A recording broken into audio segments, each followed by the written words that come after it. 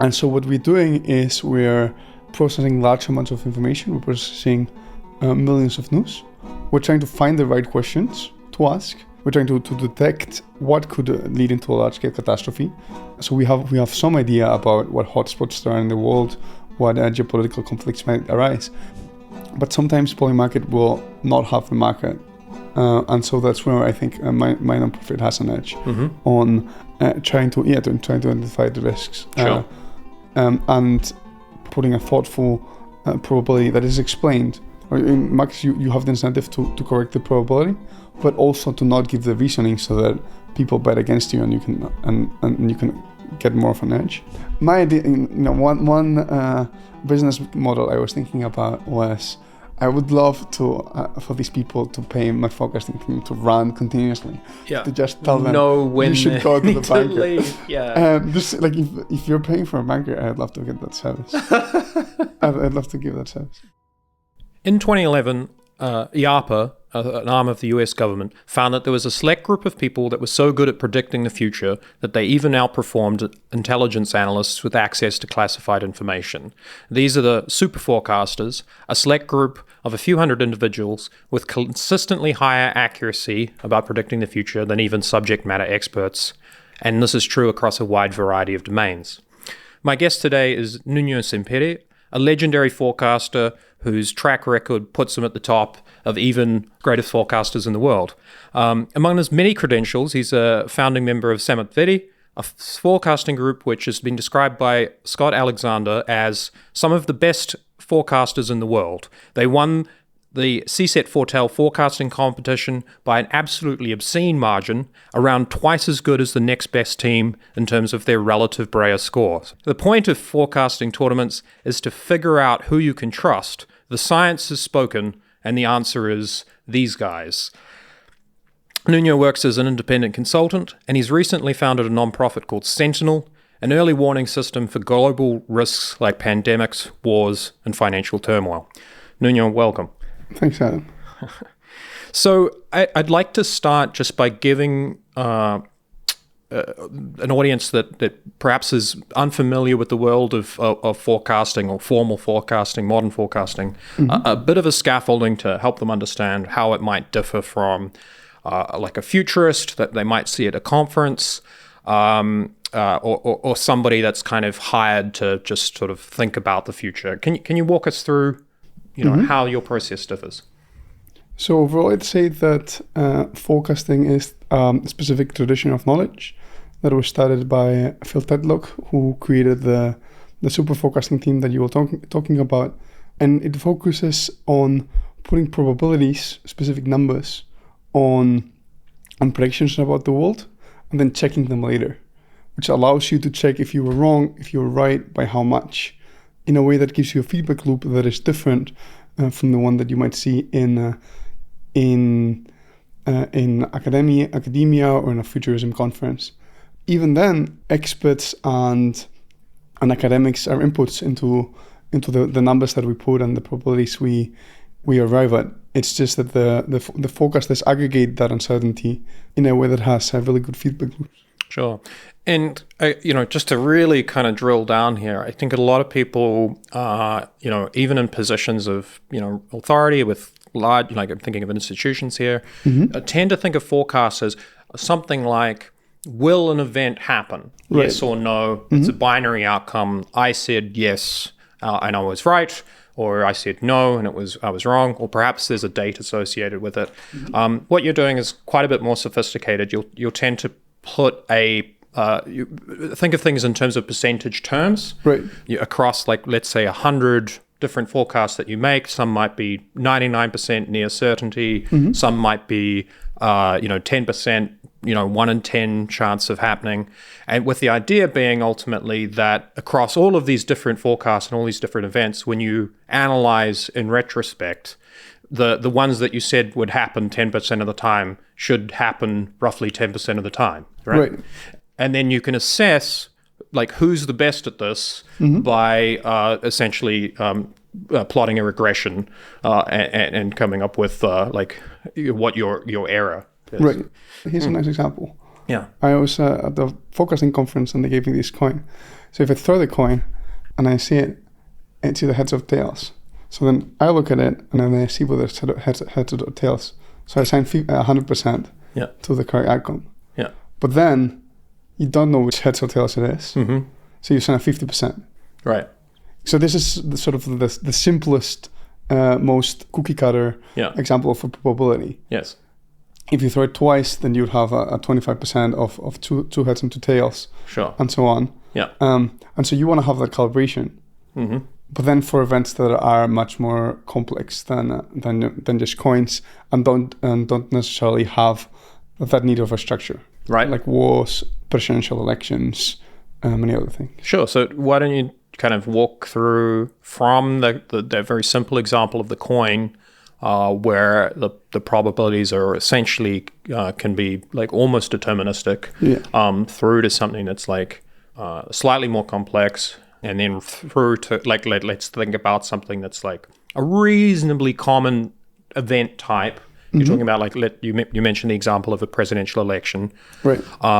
Let's think about that, and then maybe we can talk a little bit after that of like something that's like perhaps never happened before, like how you might consider such an event. So from a coin, you can go to something like a die. Right. From a die, you can go to something like a poker game, where you don't only have the probability of the cards, you also have to think about how people are bluffing or not. Mm-hmm. But even then, you have a strong probability component. From a poker game, you might go to a presidential election in a system which has two parties. Right. A good probability to start there is still 50%. Right.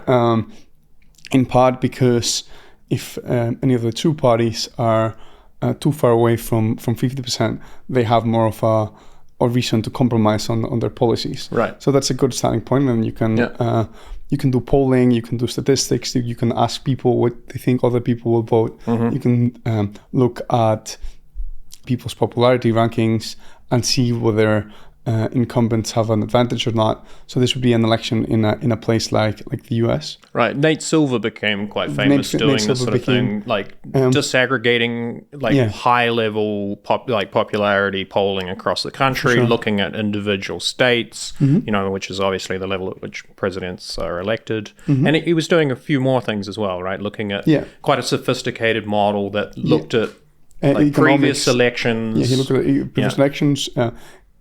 He added some factor for economics. He was modeling the different demographic groups in some details, because you have imperfect polling, but you can adjust because what share of the population is the youth. Right, like some people aren't on the phones or what have you, right. So the poll that's published isn't necessarily representative, but you can do some work to help kind of compensate. Eventually, that method, the imperfections and the limitations of that method became more apparent, because reaching people, in reaching a representative sample of the population turns out to be fairly hard. Even then, the case of the US is that you have two political parties, or you have had in the past. So in the case of the US, you have had two political parties. You can move on to into something like Germany that has complex coalitions. And so then you not only have to predict the share of the population that will vote to different parties, but then also the possible coalitions. This still has some neat structure and some neat historical frequencies that you can draw on. You can then move to something more subjective, like would Trump declare the Insurrection Act? And you can look at, it was invoked reasonably frequently after World War II to the tune of 10 times in 80 years, so it's not that unlikely. And then you have some riots in LA, and so you can update from that. You can then go from there to, what's the probability of a really big solar storm, where you have seen past solar storms. You can kind of try to fit a distribution to a really big solar storm, or you have seen asteroids hit the Earth, and they're rare, but we have a historical track record of how large big asteroids are. And then you can move to even more speculative things, like will China invade Taiwan? will the US lose its unprecedented or somewhat unprecedented type somewhat particularly, unprecedented type you and stuff, I yeah. both done a lot of work on AI forecasting, for sure. example, where it's like it's very difficult to find like what this base rate of a particular thing might be. For AI, it's there is still some structure in past technological progress. So you can look at a wide range of technologies, from say the Bessemer process to the evolution of trains, Rail networks, yeah, to the evolution of railways, to radio, semiconductors, It's etc. like we're thinking about like adoption curves. Yeah, so you can look at adoption like curves. what the like production rate is like in these sorts of circumstances. Yeah, and you can for example ask yourself, well, how many of these in the past have had a sharp jump, and how big has the jump been? And of course, that's not going to extrapolate perfectly to AI. And technological progress has the neat feature that indeed it brings you new things you haven't seen before. But maybe that's a lens that you can look at. Sure. So one of the things I've noticed, and obviously I'm far less experienced than you in this field, but I've been involved in a number of exercises, including with Filtech Lock, is that there seems to be, roughly speaking, 3 different kinds of approaches that are taken, and I would be interested in whether you feel this is true. One is a sort of a hyper quantitative approach. These kinds of the super forecasters that I've talked to that are in this kind of way are essentially performing a role similar to what you might see in a quant trading firm. Many of them are in fact working for a quant trading firm, either because they were already or because they've been recruited by Jane Street or similar. And what I see them doing is essentially very large numbers of forecasts across like a wide range of like diversified fields, but where there's like relatively mechanistic type interactions going on. And then they're like, there's various websites where this can be done, in some cases for play money, in some cases for money. And they're really looking at like relatively small edges over a market and then winning in the aggregate. On the other side, I tend to think of the archetype almost as like a European aristocrat with like a very broad world knowledge and perhaps a less sophisticated mathematics ability, but really an ability to kind of work through, for a particular forecast, what the kind of world states might be like in those, in order to bring about that event. So, let's say predicting the chance of a 20% year-on-year growth in world GDP by 2050. This is sort of like AI-related kind of question. And then kind of thinking back through, okay, well, you're probably going to need some kind of quite sharp discontinuity in terms of something like energy production.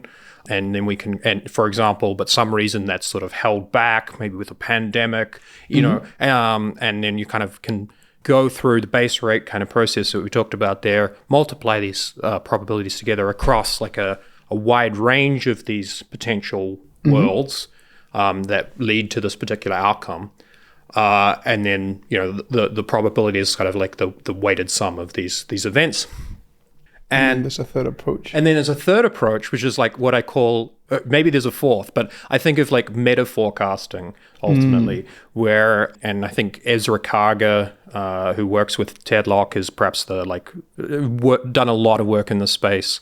Every time Scott Alexander runs a forecasting tournament, he's like there every year in the top 5. And as I understand it, his approach is largely to look at other people's forecasts, right? So like he looks at, what's Nuño saying, what's the prediction markets on the same. We can talk a little bit about prediction markets, which is kind of like another case of this, where people are buying and selling and trading on some conditional on some future event, and then the forecast that the market is presenting is the kind of aggregate of these. And Ezra sort of looks across as many different of these forecasts as he can and has quite a sophisticated model that it depends on the accuracy of these different places. And so it's kind of like a wisdom of the crowds type approach, but in a really kind of rigorous fashion. But is there like another kind of methodology that you're thinking of? Or is that broadly kind of aligned with your view as well? Yeah, so I have thought about the spectrum between the first two. You do have a spectrum ranging from how much data do you have. Sure. If you have a lot of data, you can throw some very powerful statistical machinery, and you can do randomized trials across a large population.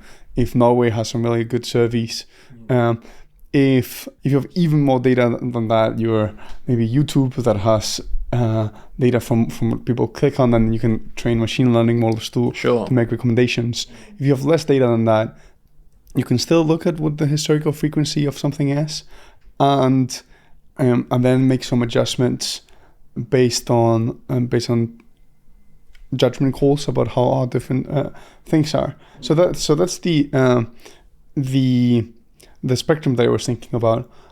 But then it does make sense to have a meta approach of having different platforms that use different methods to incentivize probabilities, having some taste about when to apply more powerful methods that may overfit if you only have very little data. That makes sense. Would Samotsvety, the group, kind of be an early example of this almost? Like you're obviously a group of you.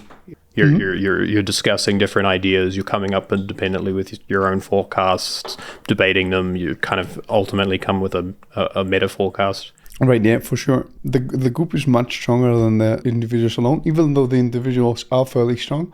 But we will differ in terms of, say, sympathies towards the Trump administration, or sorry, can you just unpack what you mean by that? Yes. So if you're making a focus about a political event, it's very useful to have somebody who actively dislikes the Trump administration and is able to point out the flaws earlier, right? But versus somebody who is sympathetic or amused or ideologically closer to the Trump administration, right, who takes the other side. You can also have somebody who just lives in a different country and yes, just cares less. I've been thinking about this a lot in terms of just like one comparative advantage that I've had in my forecasting perhaps is just like a extreme distance and living in New Zealand from the sort of like day-to-day goings on, and what some particular expert that's kind of high status is maybe like speculating about the future of some particular technology. Oh, in 3 months it's going to be this, and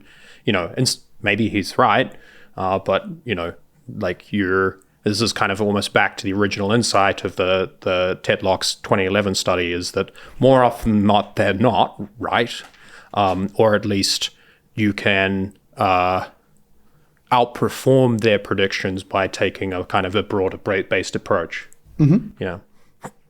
So I think hopefully that gives people a bit of a sense of the state of the art. We could probably sit here and talk about it all day, but I'm really keen to turn to your nonprofit, Sentinel. I think it's just a fascinating example of like what, like you essentially you're publishing these risk forecasts for like a summary for decision makers every week. There's more in-depth work. A lot of this is freely available online. You can just Google Sentinel Substack. That'll get you there.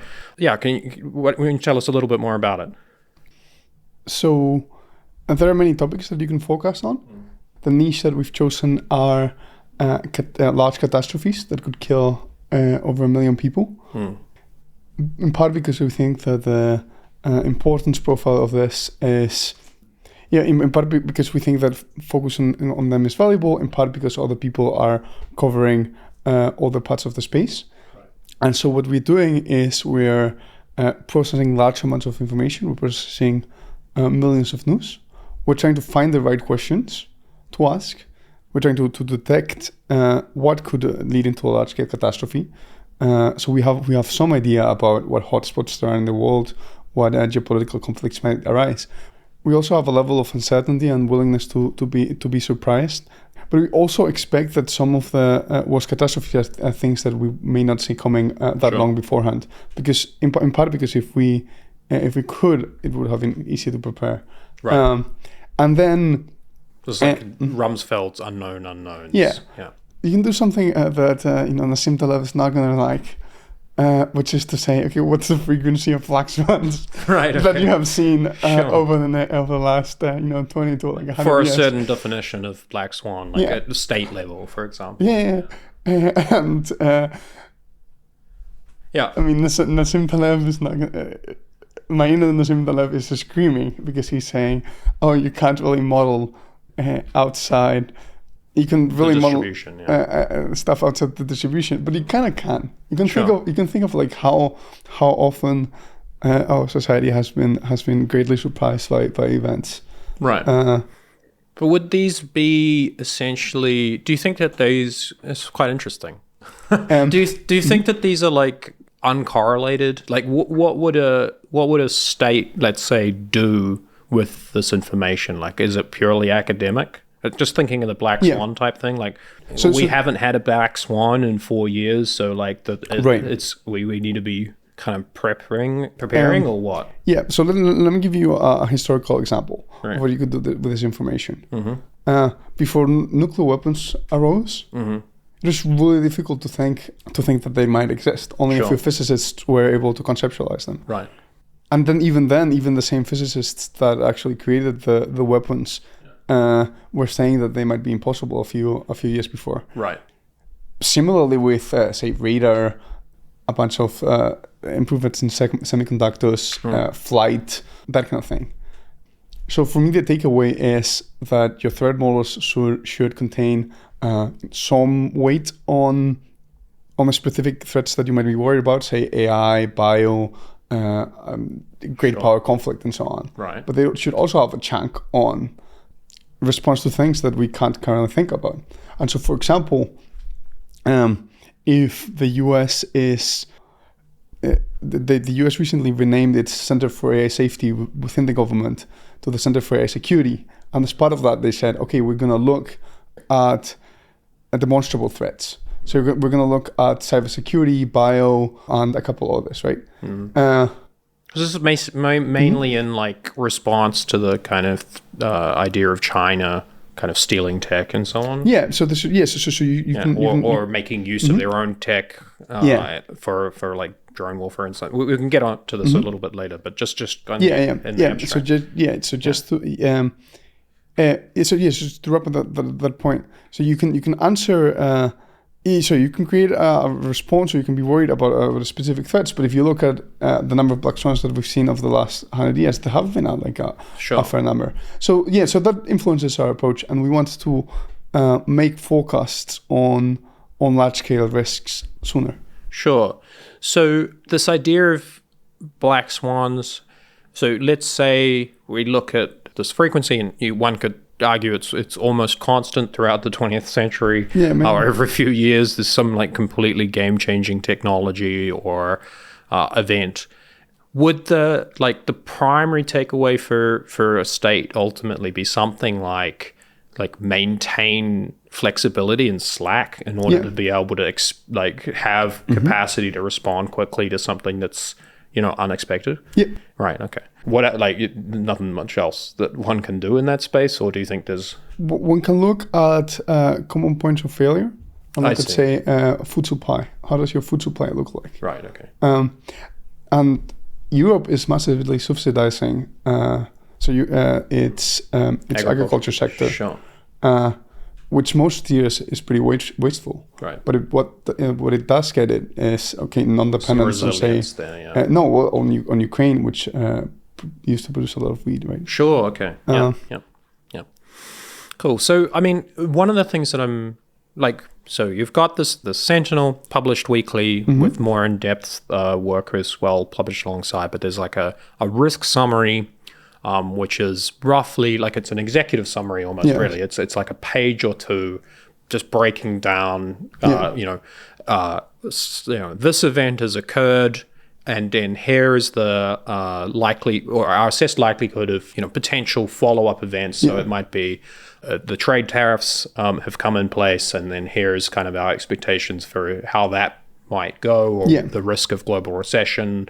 Those kinds of like highlights, and this is like done across global health, depending on the, what's been happening. There's a sort of an update there in terms of, from economics, from global conflict, from, these key risk events. So more specifically, we're looking at risks and things that could become large-scale risks. Yes, sure. So the niche that we have is, if something becomes a really large catastrophe in the couple days to couple months range, here's what that could be. Right. And you're doing some quite interesting things, as I understand it, with data scraping of the news in order to help populate, and give you, it's not just a few guys in a room that happen to be really great at forecasting. Yeah. You've kind of you're really setting the scene, and you've got some models to make sure you're not missing important events that just don't happen to be covered by the New York Times or something, your standard feed. Yeah, so we are processing millions of news. I think our setup is quite promising. I was talking with some hedge fund guys that were doing next level stuff that they were willing to somewhat share with me at the Manifest conference. Right. So hopefully improving that. Yeah. But it's already quite potent. And in particular, one fun thing that happened to me recently is I have this general level scrapers on the internet, and they recently found themselves. So we put out this newsletter.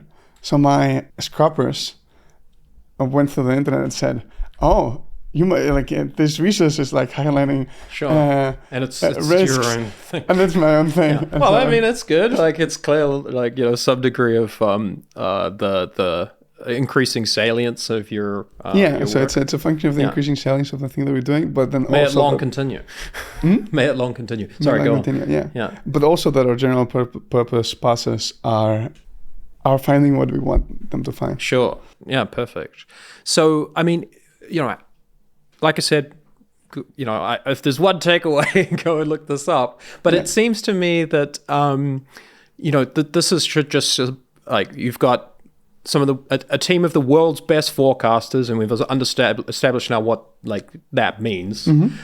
Publishing for free this information. It's in a quick executive summary. I mean, it seems to me that any institution that has kind of global reach or importance, or a state level institution, whether it's a civil defense or the president, prime minister's office, somebody should be having subscribing to this and just spending 5 minutes of on a Monday or whenever it is, just reading through. Okay, yep, no, that's interesting. A 10% chance. Okay, well, I should probably start.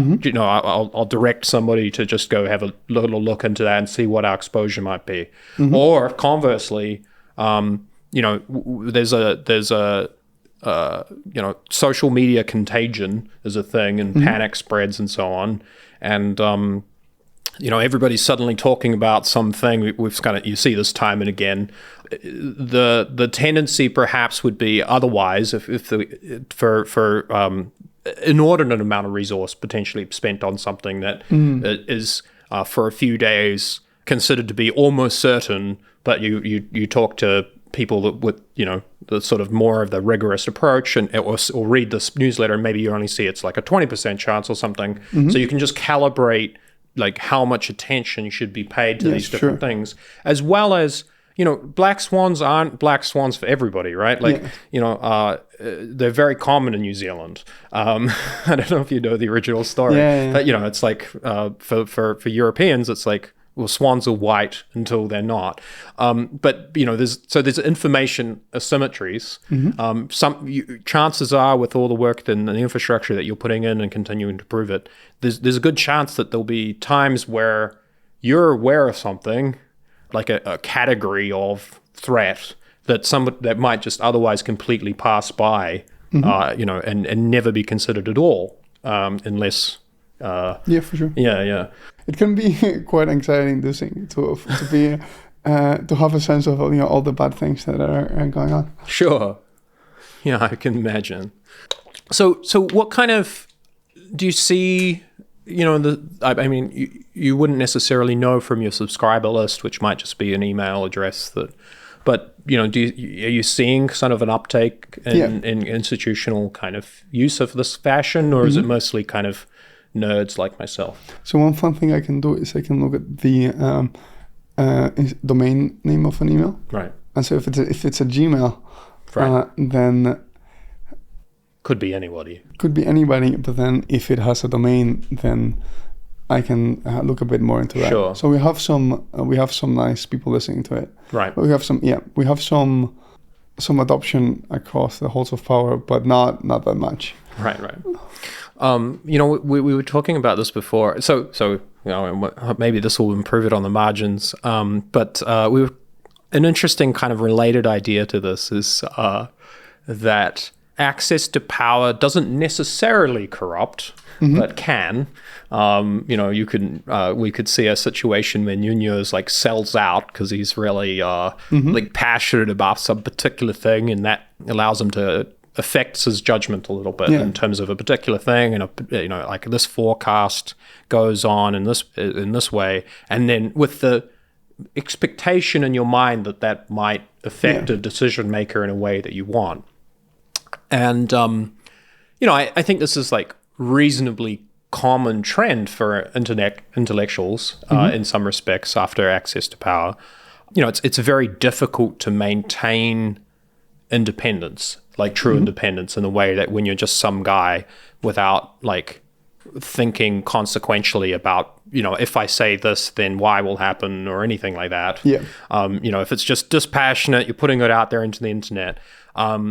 But I suppose the nice thing about this particular case and is just like the degree of rigor that is brought through the forecasting process that we've talked about is that you can judge like in 3 years time or a year's time, like, is Nuño still putting out good forecasts? Is this group still actually like really accurate, or is this this other group of like complete nobodies that have been publishing recently, actually let's switch to them, which there's like, so there's like a robustness to it that I don't think you don't normally expect from kind of the introduction of power, which I think is lovely.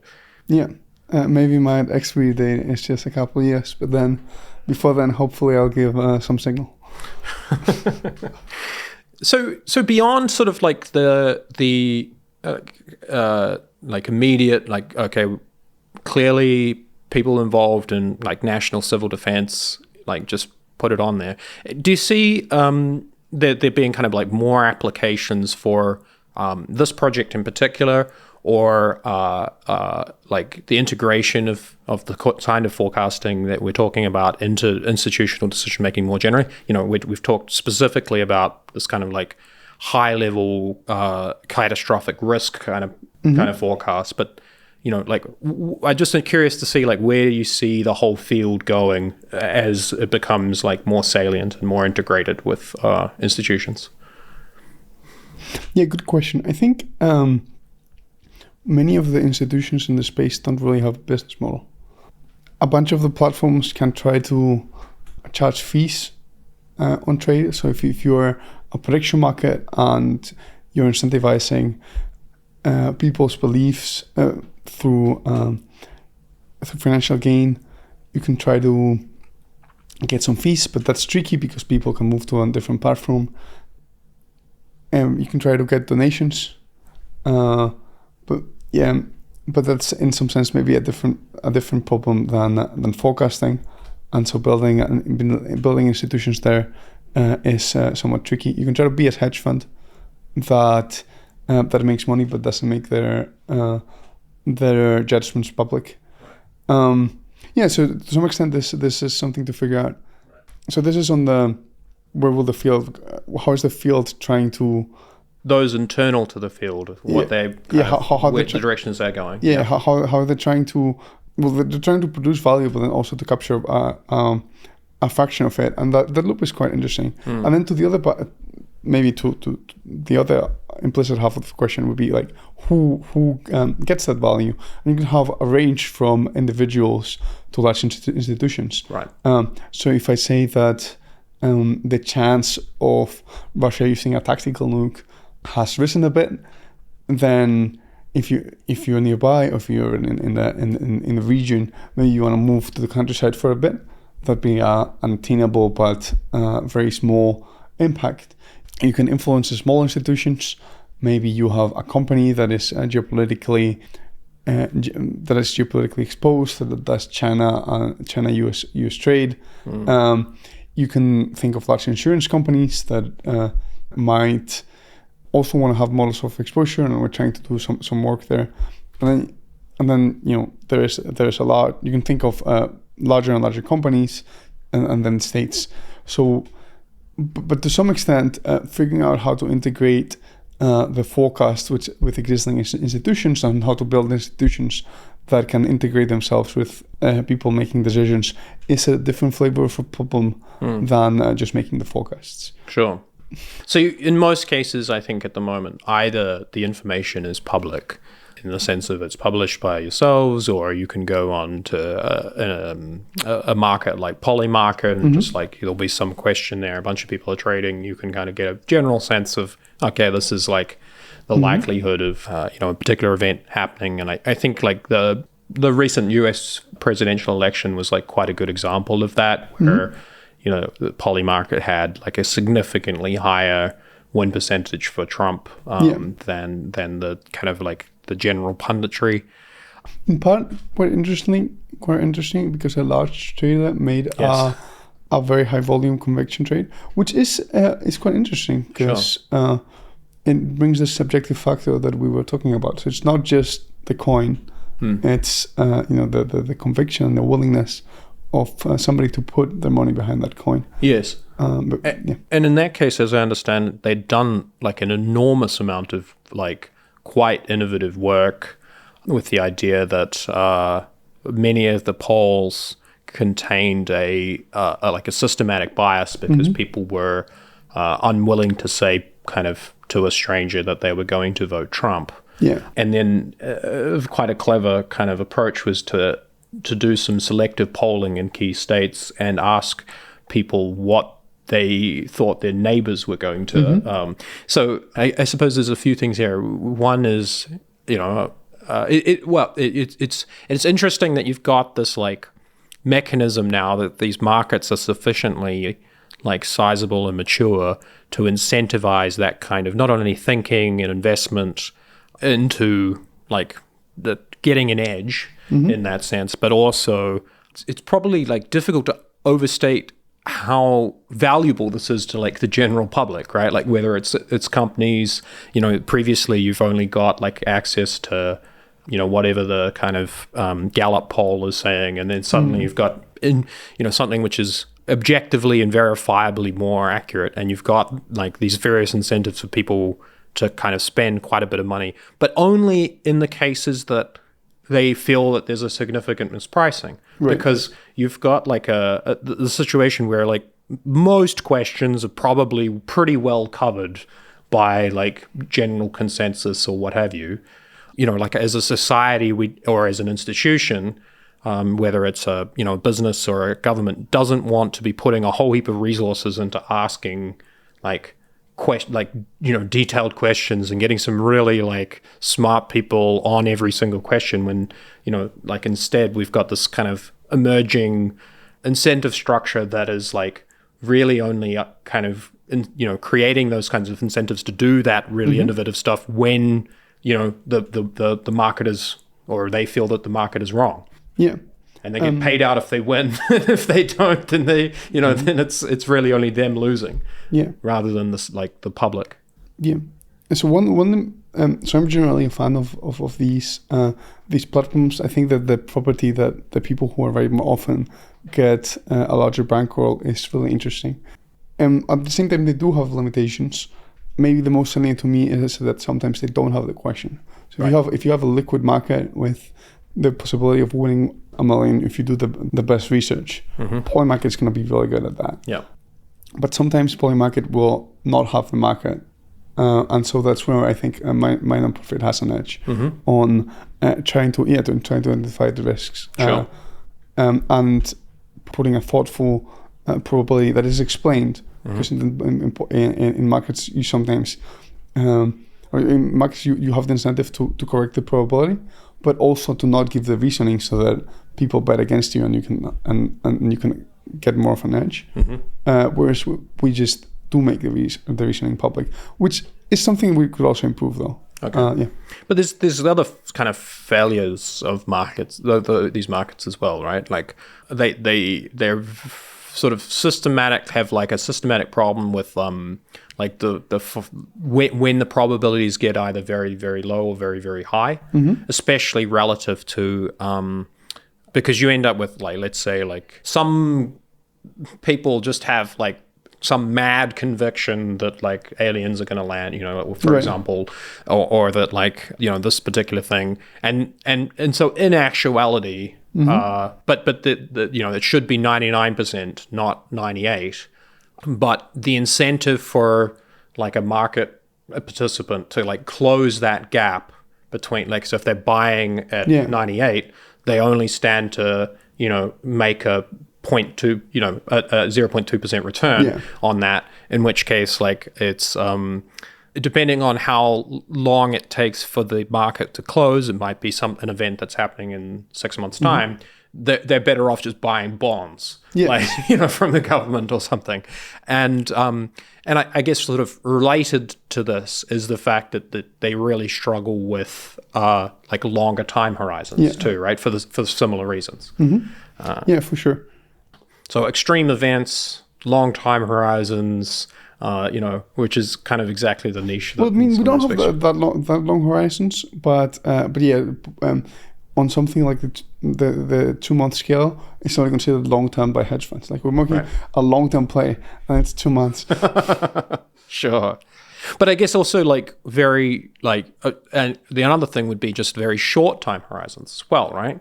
Like, if something's happened and you're trying to, like, you can make an assessment quite quickly about such and such, whether something, you know, like some follow-up event will happen this week, which might be critical for a decision maker.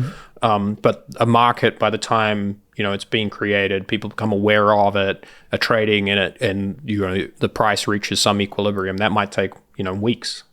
Yeah, possibly.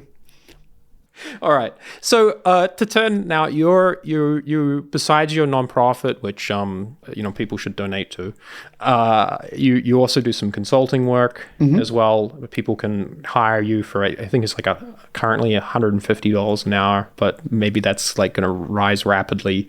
Yeah, that has been rising. Yeah. At the same time, the government of New Zealand is very welcome to reach out. Yeah. It's geopolitically in a good position to survive some of the more out there catastrophes. It is closer to China, but at the same time, we're very far away. Actually, we're not closer to China. Yeah, interesting. It's basically like equidistant from here to the US. The Pacific is absolutely enormous, but it is our largest trading partner. We buy a lot of our milk and dairy products. Sorry to interrupt, but no, it's not a good position to weather wars. Sure. Yeah. Okay. But, you know, some of the long tail events I'm worried about. Peter Thiel famously has a couple bunkers there, right? A bunker there. A bunch of billionaires have. Sam Altman, I believe. Yeah. My idea, you know, one business model I was thinking about was, I would love to for these people to pay my forecasting team to run continuously. Yeah. To just tell them when you should go to the banker. Leave. Yeah. Just like if you're paying for a banker, I'd love to get that service. I'd love to give that service. But yeah. But you've been doing kind of small scale stuff for people as well, just like kind of advice about what they should do, and Yeah. So I think this is good for the market discipline. Just, am I providing value to people? Right.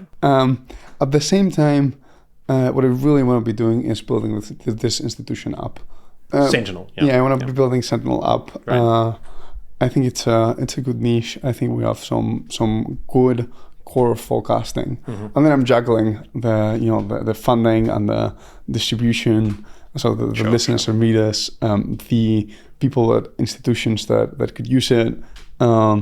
And the forecasters and the people that we can employ. So yeah. Okay, so to sort of change tack a little here, what's one thing you disagree with like a current broad public consensus on? Like what's like a really salient one where you think everybody else is wrong? But no, right? Like if there is a strong public consensus, I am going to give something. It'd be hard for me to give less than 10% to it. Sure. That said, I tend to think that people's pictures of the future are sometimes too specific. Okay. Yep. So there was this recent 2027 exercise, which I thought was great, but because it was conditioning on a lot of stuff, I think the probability of getting that particular scenario without any crucial considerations that don't arise is lower than some of the people in my cluster, which isn't necessarily the greater intellectual sphere.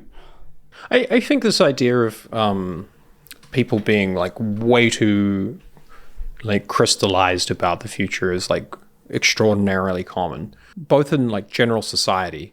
There's some degree of probabilistic thinking that's like present in almost everybody of like, I think this is going to happen, but I'm not entirely sure. I think, like, so there's kind of they understand that there's some range of possible outcomes.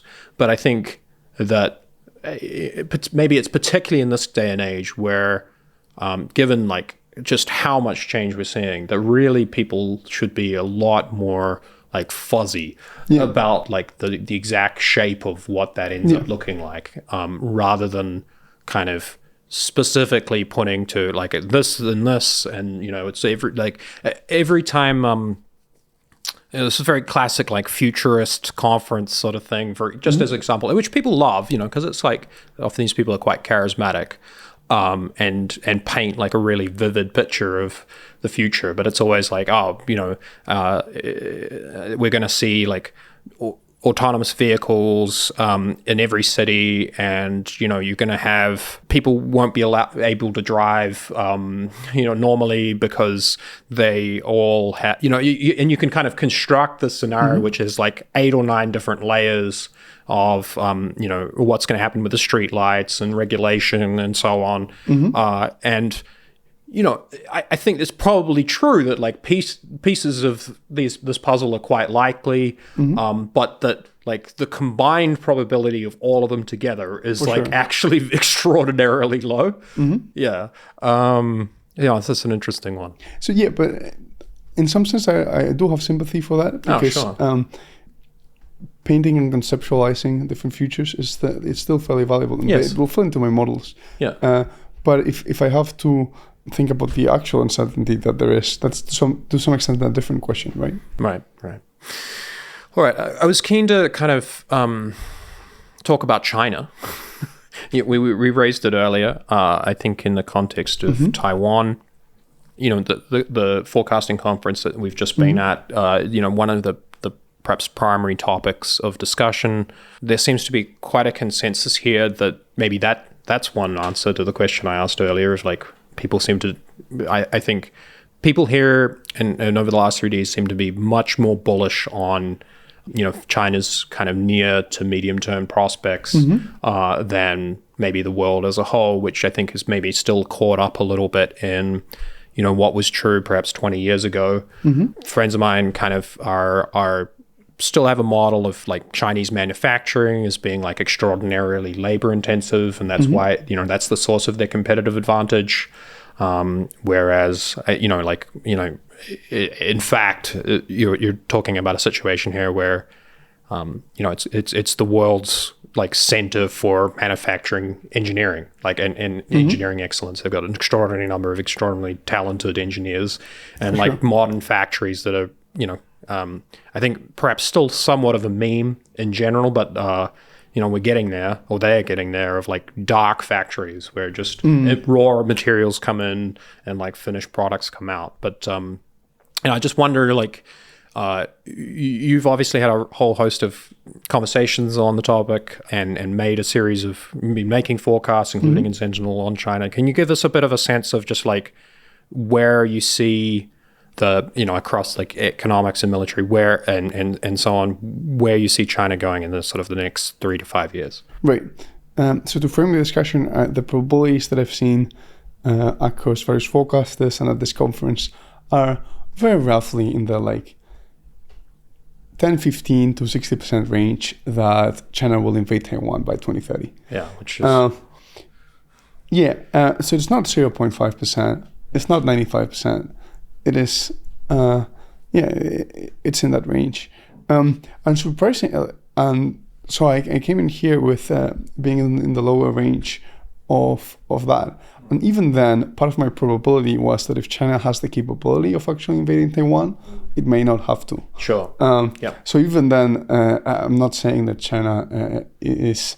So I'm talking about the specific operationalization of boots on the ground. Right. Because one of the like very kind of threatening modes of war for Taiwan, I think, is just blockade. Yeah. They shut down their nuclear plants. They're like almost entirely reliant on imports for like energy and food and so on. Obviously, they export an awful lot of like manufactured goods, but as far as daily living is concerned,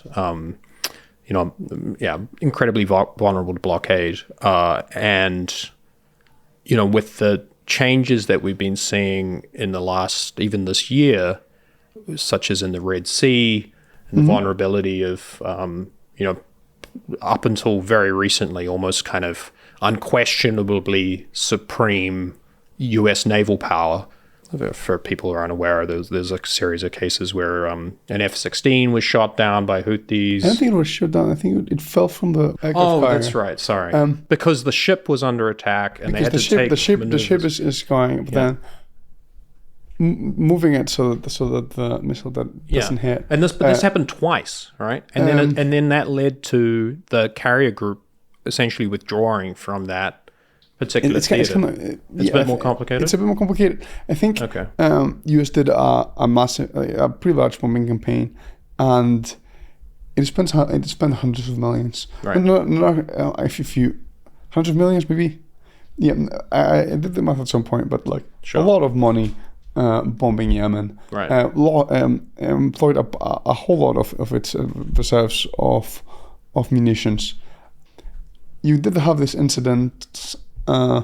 Maybe I wouldn't characterize it as now the U.S. Navy is weak. No. Yeah. But I think it seems to me almost certain that the area of like unquestioned naval superiority is over. I mean, I think that'll be the case when somebody sinks an aircraft carrier. But even then, but this is like the Houthis and like. In Yemen, we're talking about here. We're not like I just can't see that the US would kind of have the same approach to, parking a couple aircraft carriers near Taiwan and just like expecting that would be enough of a deterrent anymore. Like it's like I kind of struggle to see it, given the capabilities of China are significantly greater than that of the Houthis. And then we also saw this incident in the recent conflict between India and Pakistan, where the Chinese jets shot down the Rafale, the French-derived ones, which do share quite a number of similarities with some of the U.S. equipment that is currently in service. So I think you do want to go for the like big picture. I think some other selling factors are. I'll bring up some other factors. So I think China has been taking costly steps to increase its readiness. It has been building new technology to invade, to be able to land in different parts of Taiwan. And you see this invasion barges, has developing technology to cut internet cables more efficiently. It continues to integrate the military and civilian infrastructure. And overall, it's just building the capability.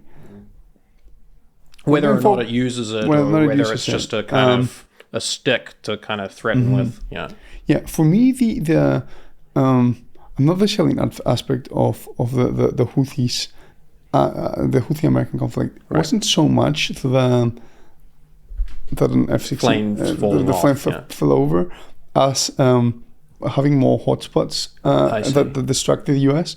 So if the US is contributing to the Ukraine conflict, Right. and it has to support Israel against Iran. And maybe there's some third hotspot, maybe Venezuela invades Guyana, or maybe the Is it? Is this purely like if you No, put some work into that particular? Is that more likely that I had heard? I don't think Venezuela invading Guyana is particularly likely, but it's interesting. But across the set of all of those possible things, right. it's all, like it's actually reasonably likely that some kind of third hotspot of interest to America. I'm tracking the possibility. Okay. In Guyana has some oil. In sections that enormous Venezuela, growth and U.S. companies and kind of deeply involved in it. For sure. Yeah. And in a section that Venezuela either wants or disputes. Right. Okay. I don't think there's going to be there, but like it's another hotspot. And so if the U.S.'s attention is divided across different places, and you get maybe some instability in the U.S., maybe that would be a good moment to make. Yeah, I'm not saying anything hugely revolutionary here. Sure. All of the Russian, the Irani, the North Korean, and the Chinese economy are all getting more integrated. So maybe maybe a high level trend to keep in mind is whether there will be a bloc that gives some healthy competition to the US, or whether they will integrate themselves militarily and will there be a hot conflict there? Right. Yeah. You mentioned Ukraine.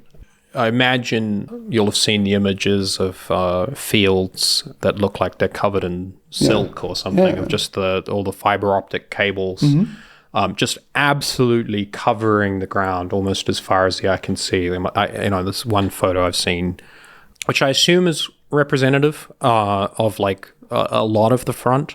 But might not be. But let's just take a quick step back. That's a conflict that started, in 2022, almost in a sort of like almost vaguely World War II style, like in terms of military affairs. We're talking about artillery. Trenches came a little later, but you're talking about like this Bewegungskrieg kind of approach of the Russians early on. We're just going to, absolutely rip into there, come into Kiev.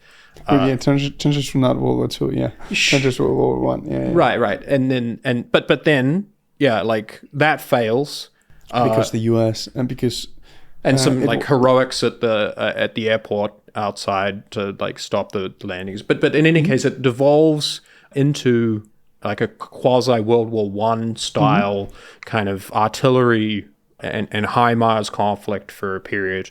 And then maybe around like last year, you're talking about like this sort of like exponential growth in the usage of drones. And then we've seen this sort of like measure and countermeasure occurring where, electronic warfare. So, to block the use of first-person drones wirelessly, so, they fall out of the sky.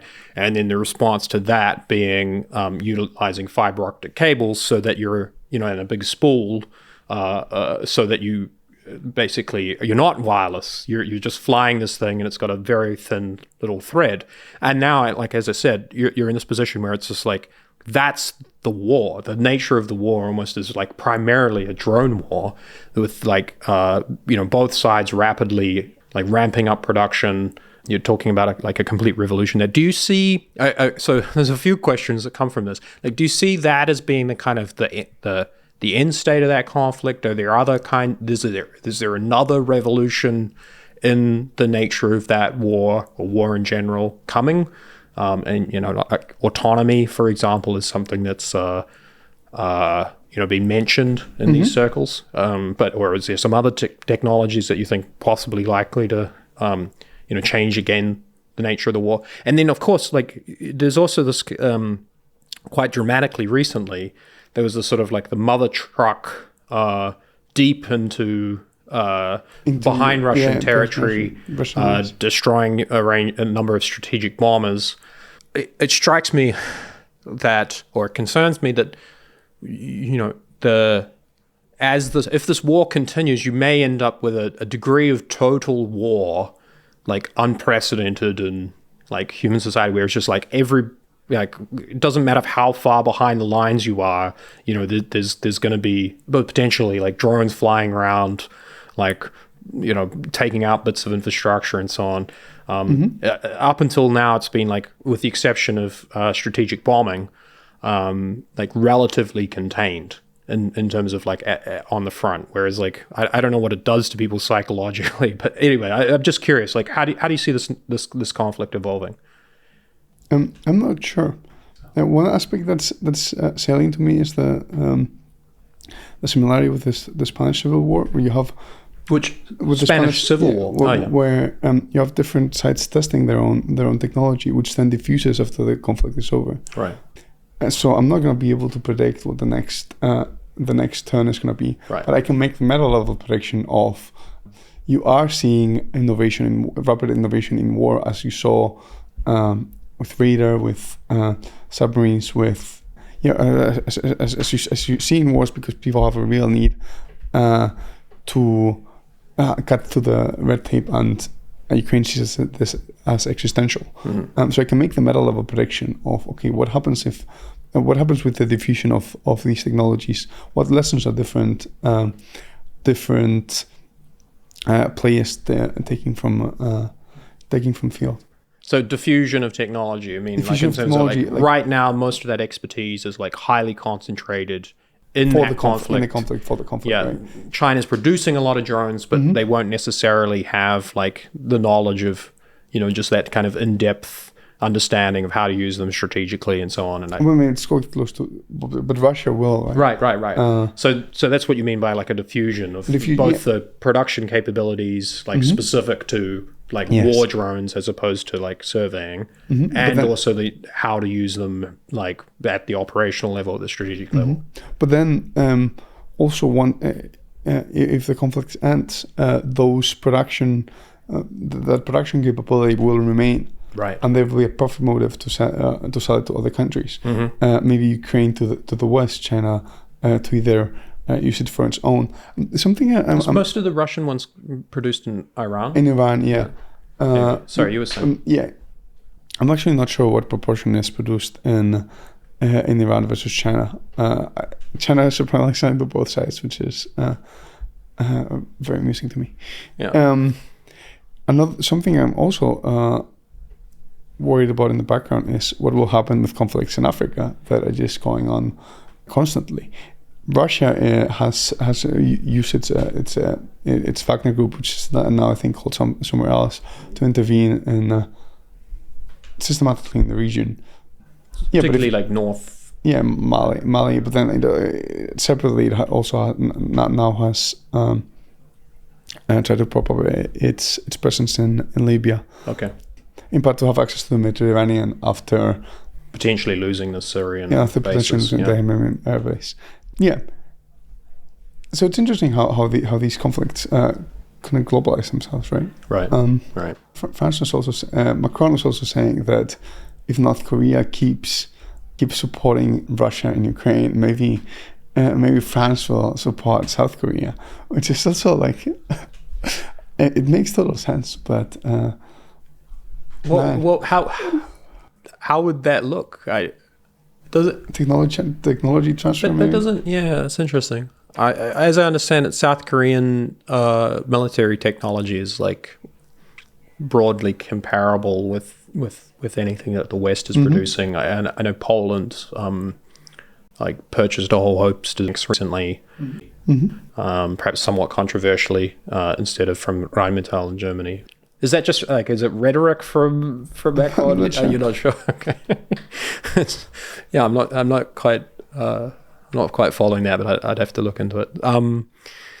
So I suppose, you know, we've talked about Taiwan. I mean, you're talking about 15 to 60% chance. In some sense, it's a wide range. Sure. You wouldn't see that spread in the prediction market. Right. But then it's also a longer term market, right? Right. So there's some disagreement about how to synthesize the existing information, but at the same time, it is in some sense reasonably close together, right? Right. So, but whatever the percentage is, like very clear that it's like the likelihood is significant. Yeah.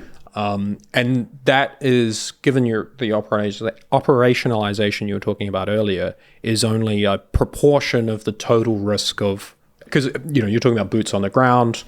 You'd have to add at the very least the blockade to that, which would be an act of war. I've heard quite strong arguments that strategically that would seem to make a lot of sense. With blockades, it's quite interesting because one thing we have seen in with Russia and China is that they're good at the salami slicing or the spoiling the frog strategy of not giving the other party a Pearl Harbor that it can easily coordinate. So this is like the cutting of the cables that we're seeing, increasing incursion into the airspace. Incursion. While I was there was a missile which went over the top of the country, and there was a warning out to all, like to everybody for your phones. And just it's all normalizing. Normalizing it, but then also forcing Taiwan to be on higher alert more of the time, which. It's fatigue costly for the sailors and so on. I know. And it's interesting because you could see a straight up blockade, but then you could see things that are ambiguously a blockade. Right. And then the US, maybe there's a freedom of navigation exercise, and so the semi blockade either ends or doesn't end. Right. You can see inspections, or you can see sure. You can see things. You can see minimally plausible deniable cutting of cables. And this is like happening, I mean, not just in Taiwan, but also like particularly with the Philippines, right? Like in those various kind of like not far from the Filipino mainland, these islands, and it's like use of water cannons and all kinds of things rather than like ramming of Filipino Coast Guard ships and kind of this sort of... Also cyber attacks. So the US is not going to declare war to China over a cyber attack. But at the same time, So I suppose, if you draw all this together, and it's going to be there's significant risk there of like an increasing, like an escalation of what we're seeing. How should we like think about how this would like there's a lot of talk about like essentially a domino type effect. So I'm focused on the domino type effect because I'm focused on the large scale risks. Right. At each step, I want to the question that I'm asking is how could this scale up into a global conflict? In the case of geopolitics, this looks like me looking at the way in which conflicts could become global and like have a World War III. But you could also get things that are much more local. Sure. And indeed, you have the like already like ongoing with borders disputes in the Himalayas with India and those kinds of things, and that just escalates a little bit, but it's always this kind of Cold War, like it doesn't never kind of some lines aren't crossed. One of the arguments is that like any significant change with Taiwan is going to leave Japan and South Korea, Philippines, obviously Vietnam, in like a really precarious position. There are islands claimed by each of those nations that China also claims, and were Taiwan to kind of, I suppose like the peaceful reintegration scenario, where like maybe the population like in some respects, like maybe is just compelled to capitulate peacefully. Those sorts of scenarios don't occur, but to the extent like that it's some kind of like, more obviously coercive quasi-war scenario, you'd be thinking that those nations that I mentioned and India would be like significantly raising their own like readiness and kind of almost belligerence, attempting to kind of recruit like hard line like lines in the sand from the US about if such and such occurs, you'd see a sort of you could see that the scenario. You could also think about the scenario where these countries want to be more integrated with China as its manufacturing capability rises, right. and in some sense become more dependent. The US tries to set up red lines but fails. Sure. It's quite, it's quite a bit of this, like in Syria, for example. And interesting. Because coming back, we've talked a lot about like the military situation. We talked about this sort of like maybe some misconceptions about the nature of Chinese manufacturing and so on. But I think like in general that there's a lot of kind of clinging to particular ideas around like local government debt and declining, like an aging population and like the housing kind of bubble that's popped recently and so on. Like China is very obviously not some kind of like titan bestriding the world. On the one hand, it's got its problems.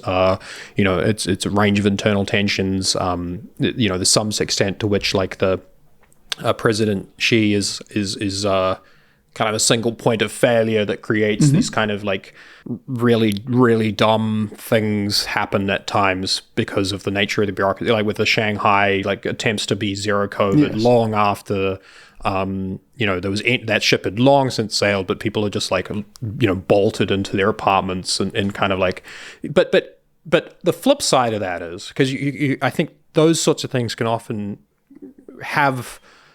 be quite widely disseminated on social media and so on because they're quite dramatic.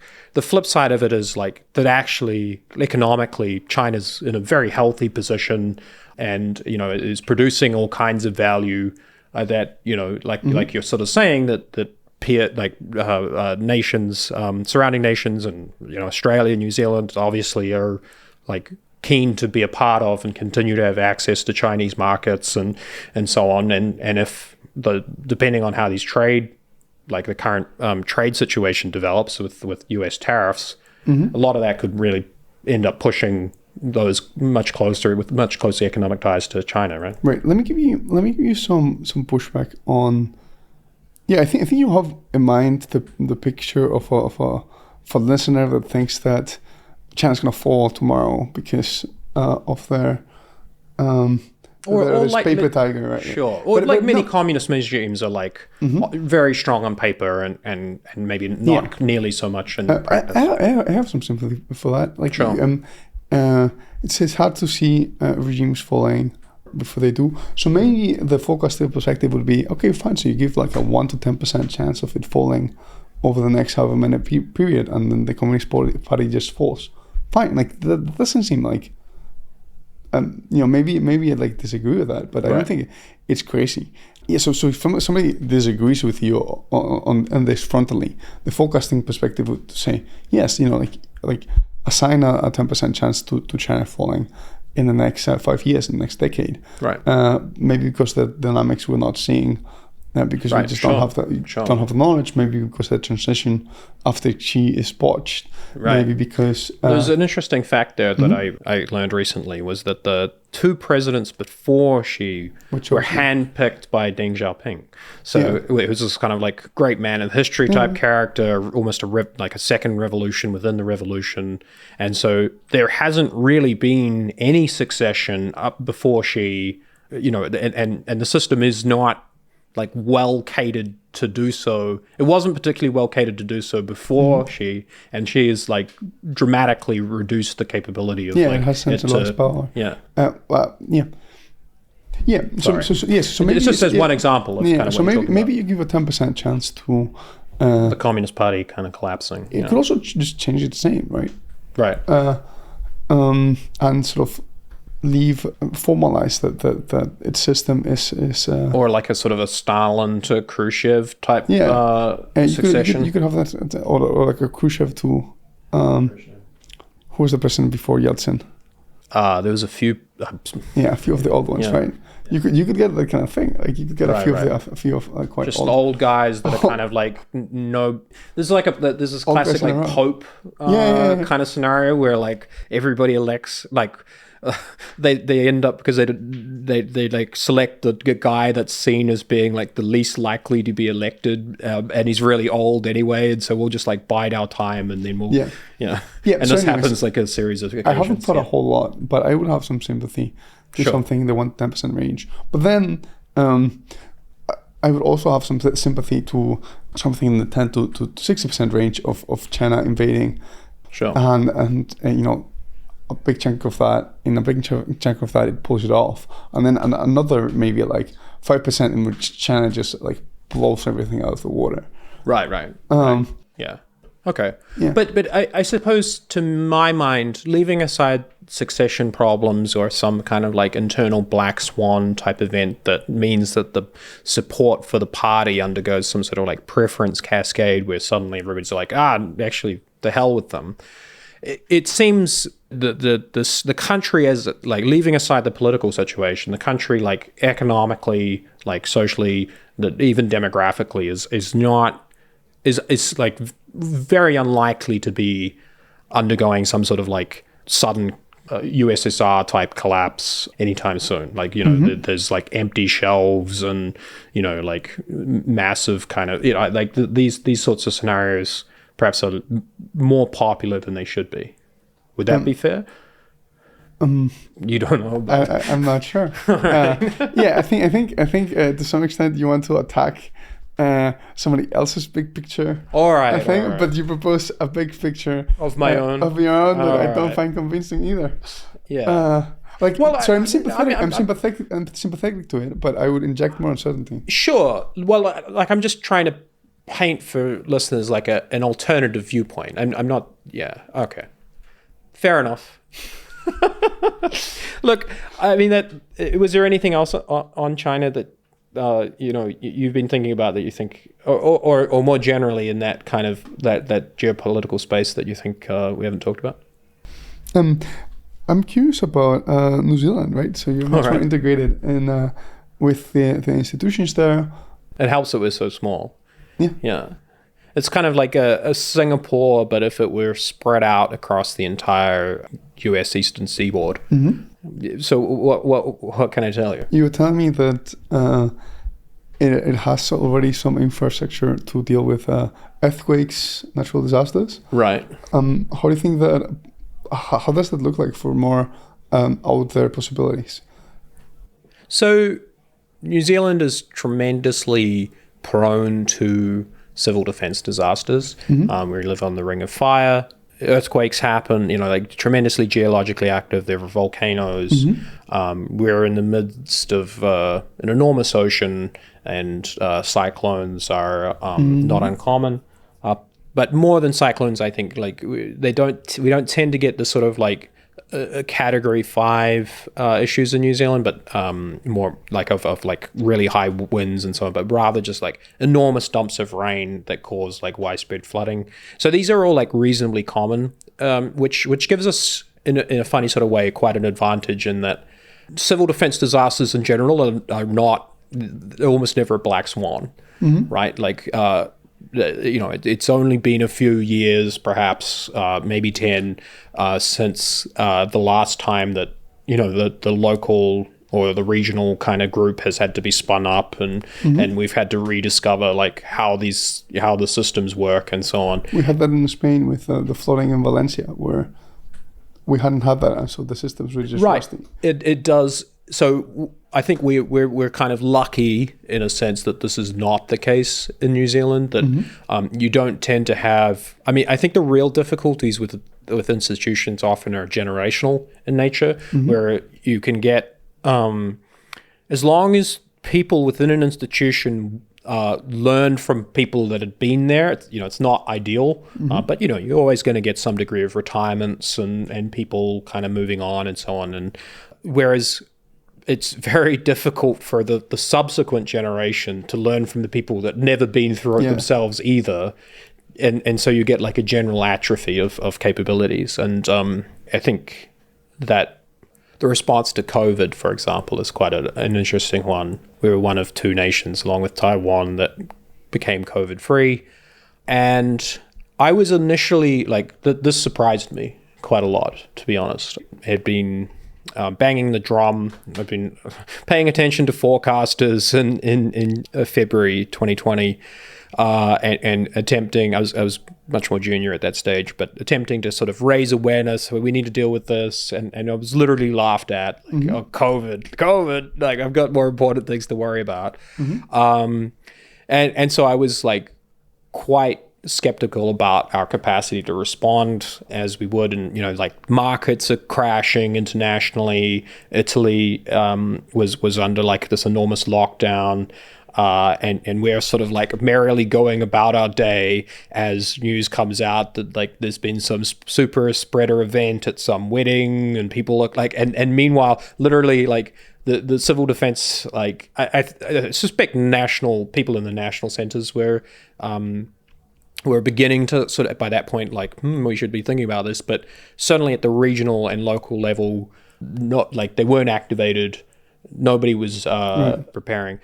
So yeah, like I said, I was skeptical, but once the decision was made, actually we were able to like spin up within a few days. Yeah, there were problems. Technically, well, not just technically, but the initial decision by the Prime Minister Jacinda Ardern to the stay-at-home order was actually later ruled to be illegal. But in general, like the nation kind of came together. We're like not only the sort of institutional capability, but like the nation as a whole is sort of threw it often enough that, well, okay, what are we doing now? Mm-hmm. Okay, this is happening. Many people would have had stories prior to them of an evacuation due to some event, like a storm event or something, and or had friends or family that had been through it. So the idea of it all was pretty straightforward for us, even though the actual idea of locking down in a pandemic and what does that kind of mean operationally in terms of food and all was completely unprecedented.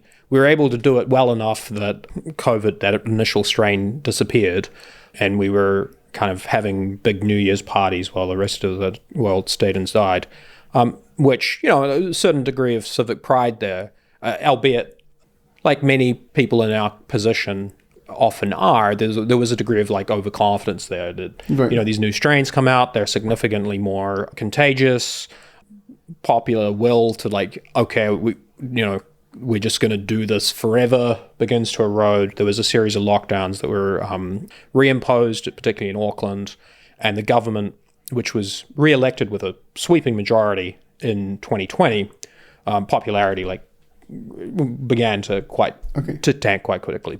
So here's my reaction to this, which is, seems like you do have experience with disasters on the 5-10 year cadence. Sure. But then that seems like a good good point of, like a good foundation to then consider also worrying about scenarios that are like a bit less likely than that, because you have the existing infrastructure.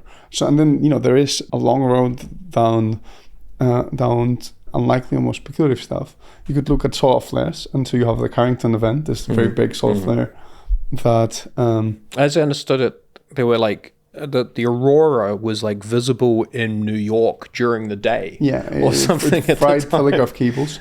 I think it's an event like that probably wouldn't destroy electrical grids, to disrupt them, but probably would not destroy it. But it's not clear to me, and having backup transformers just seems robustly good. Though at the same time, they are expensive and hard to get. But if you prepare for that in advance, that's something you can do. The people that I've talked to in New Zealand around this particular scenario actually suggest that we're really well prepared for it. Yeah. When I learned, it seems so esoteric, our solar flares. I'll follow up. Yeah. In particular, because I am uncertain about this. Right. And in particular, are you prepared for the largest event that has happened so far, or are you prepared by an event that's like a bit larger? And if so, how much is that range? Yeah. So that's an interesting question. Sure. You have COVID, but then from COVID to a Black Death, there is still some way you can, or Spanish flu. The Spanish flu was interesting because it in part was selected for virality because, let me see if I get this right. Oh yeah, it was selected for virulence and didn't care that much about the death rate because it was in military hospitals. Because if you kill people before they can pass it on, no, if you kill people in a dense military hospital in a way that allows you to spread the disease more, and the origins are quite packed together, right? That that might select for both reality and deathliness. Whereas normally, if you have a stronger disease, maybe you don't go out to a party, and so it selects for mildness. I see. But specifically military hospitals, where a lot of these people are like on the edge of death anyway. And it's also like viewed by authorities like a comorbidity rather than, to the extent that's noticed at all, rather than, oh gosh, a whole heap of people are getting really sick and dying, we should take action. But this is just not natural selection sped up through World War II. You can have. Oops! Yeah. Oh wow! Yeah. No problem. Okay. Yeah, but you could imagine versions of this that are more out there. You could imagine AI creating a more Black Death kind of pathogen, or enabling enabling something like that. Particularly mustache twirling villain to do so. And so you can think of like complete black swans. How do you prepare for a complete black swans? Sure. It's a tricky question. I was talking with a fiction writer here at this conference who was saying, okay, have a scenario that is like really out there and extremely low probability, but that you're sure that your audience hasn't thought about. He was proposing the run a war game on invasion from another dimension. Okay. Yeah. The probability of that physically is negligible, but it's good. It's good as a scenario that you haven't thought of. Yeah. Food for thought. Like, I'm not worried about invasion from another dimension, right? But I do like but like as a way of considering preparedness, you might consider something absolutely kind of absurd, and just as a way of working through the idea of something equally absurd to us now or outlandish, but that actually happens. Like how do you prepare for the invention of nukes? Maybe you prepare by. That's really interesting. Well, look, I think we're coming towards the end now, but is there anything else you kind of like last burning kind of thoughts on forecasting, on risk you wanted to cover off? I think the last thing I want to make is if you have some really good infrastructure for dealing with natural disasters, consider expanding it to scenarios that seem a bit more outlandish or speculative, but that it might still be good to prepare for. Wonderful. Great. All right. Nuño Sempere, thanks very much. I will give you a fist bump. Cheers. Cheers.